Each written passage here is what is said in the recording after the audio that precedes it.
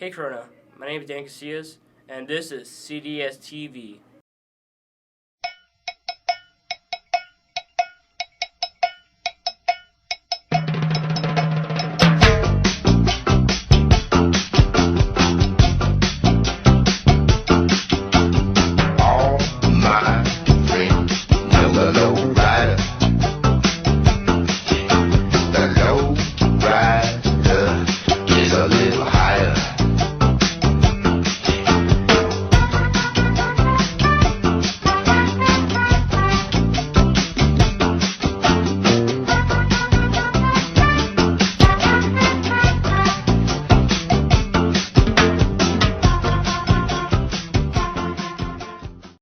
Bravo teachers and students. You've done a fantastic job with the English department game, Who Said You Game. Today's your last chance to win a prize, so be sure to email all those guesses as quickly as possible, because the right answer wins. Here's your final quote. Wise and slow, they stumble that run fast. Corona is not offering the AP environmental test this year. If you're interested in taking the AP test, you must visit with Mr. Berger in the guidance ASAP for information about testing elsewhere. Seniors living in Tempe and attending ASU next year, don't delay. The deadline for the Tempe Diablo Scholarship is Wednesday, January 25th. This scholarship is up to $2,000 each year. Check out the scholarship link in our guidance page and apply today. Do you need service hours? On Saturday, February 4th from 8 to 11 a.m., you'll have the opportunity to earn up to 3 service hours by helping the Be The Change Club. Our denim drive was so successful that we have over 250 pairs of jeans, and we need to cut into shoe patterns for the Soap Hope program. We'll be hosting this event at the cafeteria and provide music and breakfast for all those who attend. Please come by the activities desk to sign up so we know how much food we need to bring. Now here is cdstv original content. The terrorist group, ISIS, has been a major threat to the world, especially in the Middle East where the majority of their forces are located. However, recent news has reported that ISIS is losing ground in Syria, Libya, and Iraq. I'm John, and this is a cdstv news report.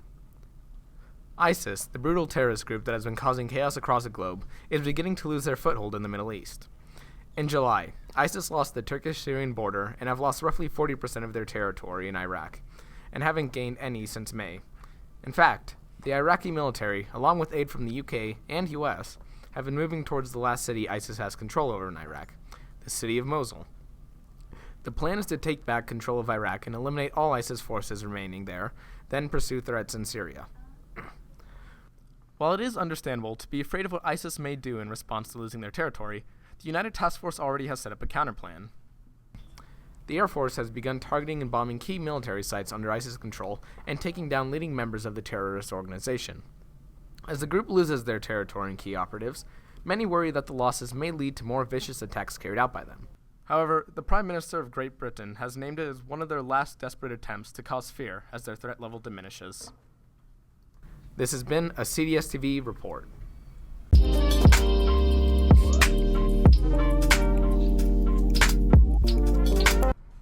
From Aztec Records, it's... Now that's what I call bell music. You get 21 60-second hits of the tunes you run to class to, all in one CD. It's a beautiful day for a ball game. It's just another manic Monday. Cleveland rocks, Cleveland rocks, Cleveland rocks, Cleveland rocks. You know, I used to have this good feeling when I was running late to class. The minute bell would just be there for me, you know? There's something special. But then, after that minute, it ended. But, thanks to you, I can listen to it as much as I want. I really love Mondays. I used to love getting up really early and then drinking coffee and do everything I needed to do. But then it stopped when I went to high school. But thanks to Now That's Bell Music, I can listen to Manic Monday all I want to. My Mondays are perfect. I used to beat up Danielle to the song Bad Boys every day, but then it was gone. But now I can relive that moment with Now That's Bell Music. Warning, the views expressed in this video do not express the views of Aztec Records, Now That's Bell Music, or cdstv at large. We thank you. This fantastic collection is not available in stores and is yours for only $19.95. So call today. Call 1-800-GO-TO-CLASS. That's 1-800-4686-25277.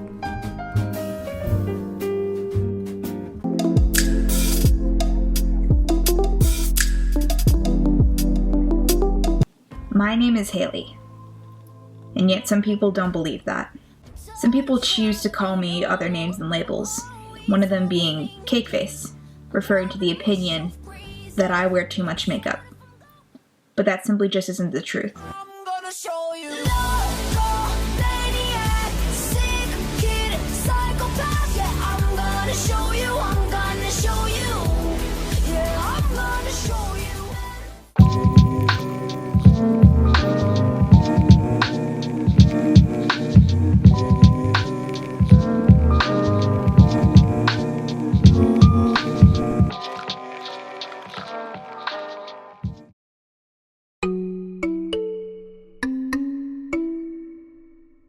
Today is the inauguration of our 45th president, an event in American politics that only happens once every 4 years.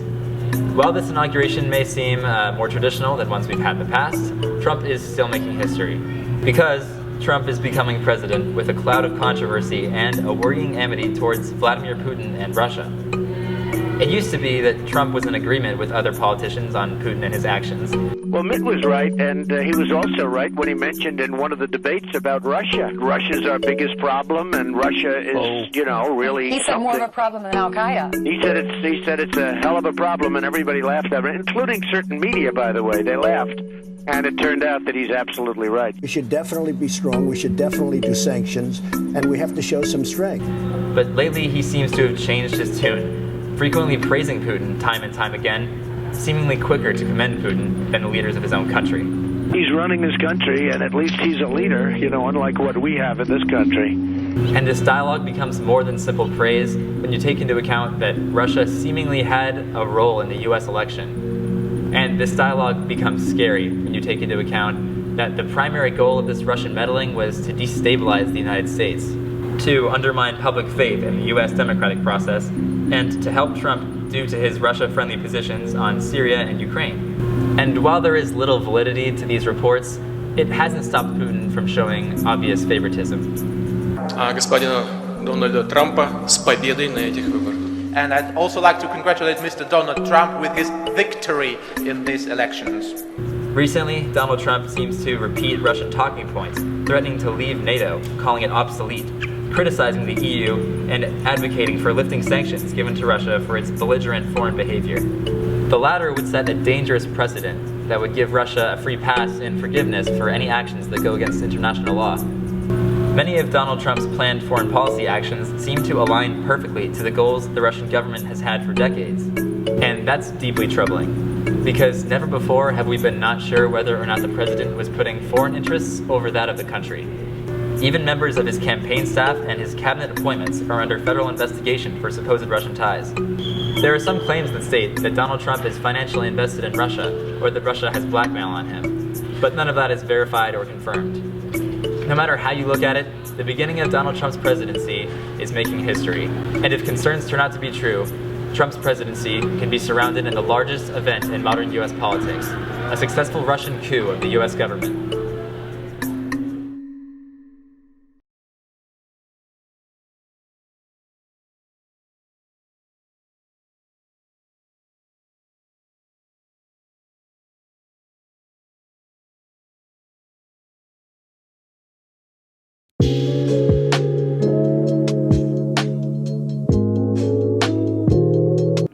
Stay tuned after the broadcast to see a cdstv short film. I'm Daniel, and this was cdstv.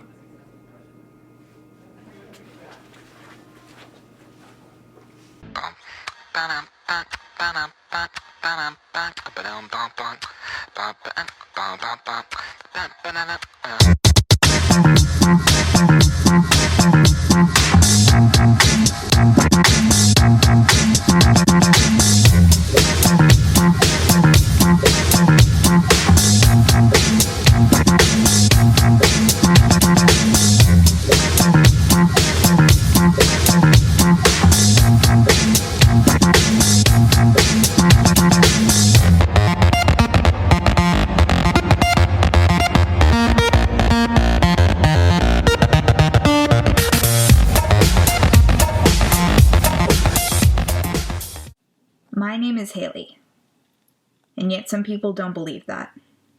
Some people choose to call me other names and labels, one of them being cake face, referring to the opinion that I wear too much makeup.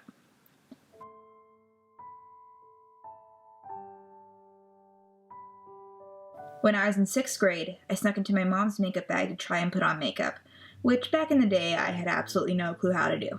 Due to the fact that I had gotten mascara all over my hands and I didn't put the makeup back where it would usually go, my mom knew that I had gotten into it.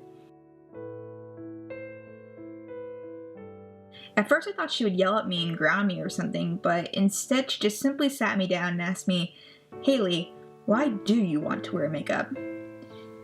And I knew why. It was the worst reason why. To get the attention of a boy. A boy who wouldn't even notice me no matter how much makeup I put on or even if I put it on in the first place. And I didn't want to tell my mom that because honestly I was afraid to admit my insecurities. So instead I answered, "I don't know."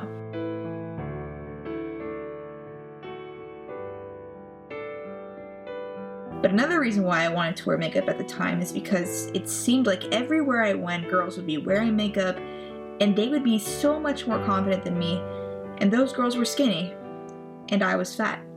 Those girls styled their hair every day, and I never did anything to mine. Before I even liked that boy, I only really had my appearance retouched for special occasions like Christmas or school pictures. I was the girl who got all the makeovers at sleepovers. I was the girl who made people take a double take if I actually looked good for once. Outside of those times, I was pushed into a box and I was labeled the fat girl, the weird girl, the ugly duckling. It seemed like every single day the kids around me had a new word to label and bully me with. Then I began to associate the girls who were mean to me and the makeup they wore as my enemy. That if I saw a girl wearing makeup, she was automatically stuck up and she didn't care about anything else but herself, and she judged everyone else on their appearance. And that she was mean, that she was fake, and she was really only impressing other people for attention.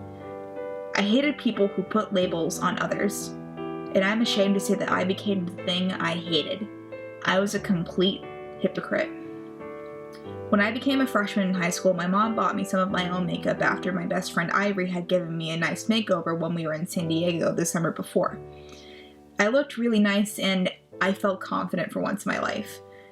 I wanted to feel confident every day, in my own skin and in my own body. Ivory knew a whole lot about makeup since her mom used to be a makeup artist at MAC, so she taught me some of the basics. I continued to learn through YouTube tutorials, and my makeup hatred shrunk and my makeup skill grew. Eventually I had friends asking me what kind of makeup and techniques I used, and through this process I began to love myself and my body. Makeup wasn't something I put on every morning to cover up my issues and insecurities. It was something I took time out of my day to do for myself because it made me feel good. I was my own blank canvas. I was my own artist. And my art expanded to my hair too, and into my wardrobe. But the thing I truly learned from doing makeup was that not every single girl who wears makeup is insecure and trying to cover up her issues. Not every single girl who doesn't wear makeup is trying to do that either. Not every single guy is going to even care about makeup or even remotely like it. But the guys, including male students at my high school, who do wear makeup aren't trying to cover up any issues or insecurities either. People who wear or don't wear makeup are just simply expressing themselves. It's not because they're looking for the approval of others. It's because they're making sure they have the approval of themselves, both on the inside and on the outside. I see and hear people around my school being shamed for whether they wear makeup or not, and it's not just makeup. We get shamed for pretty much everything in our appearance. I see it everywhere. Guys calling a girl a slut if she wears short shorts or shows off the skin of her collarbone. Girls gossiping about other girls about their weight and their bodies so casually, like it means nothing. Guys being shamed for wearing makeup because it's a girl thing. Girls turning down boys because of the color of their skin. All of this happens and it's considered normal. Let that sink in. Bringing each other down and bullying each other, shaming others for no real reason is completely normal normal and acceptable. And it's not just normal with students, it's normal with adults too. Just look at our own dress code. It's one paragraph for guys and it's paragraphs for girls. Our shoulders are seen as too distracting for others' education. Guys are laughed at for being emotional or doing anything remotely feminine. I see transgender students walking through the halls looking at others to see if others are looking back at them, judging their appearance, because some of them expect teasing and being misunderstood. So with that, I ask you, who's really trying to cover up? Who's really trying to mask their insecurities? Who really has the cake face? I think we know. And I say, let's wipe it away. I've stopped looking at other people for their flaws, and I've stopped doing the same for myself. My weight is not a reflection of my self-worth. My weight is a part of myself that's always changing, and it's not something I choose to dislike about myself. It's something I've come to accept and to know it's another part of my beauty. My hair is not another way to seek attention or the approval of others. My hair reflects my mood, and it's how I choose to express my colorful soul to the world. My makeup doesn't try to make up for all my fears and my troubles with my self-esteem. My makeup brings out features that I already have. It's a way to perk up my mood and to take time just for myself. My skin isn't bad or strange because of my marks or because of my paleness. My skin has freckles. My skin has scars. My skin has redness from past sun damage. My skin has large pores. I had acne. I still have acne. I have stretch marks. They're not flaws. They just add character. My appearance does have a lot to do with who I am, but my appearance doesn't reflect my decency as a person. My actions do. That's the way it is for all of us. So regardless of your gender, your weight, your hair, your race, your height, your age, your school, wipe away your cakey outlook on everyone around you, including yourself. Wear makeup. Don't wear it. Do your hair or don't. Remove your hair or don't. Wear whatever you want, and don't let anyone tell you you can't. Don't let anyone try to make you to be someone that you don't want to be, or to be conformed by pointless rules of society. You're nothing but you, and I'm nothing but me, and there's absolutely nothing wrong with that.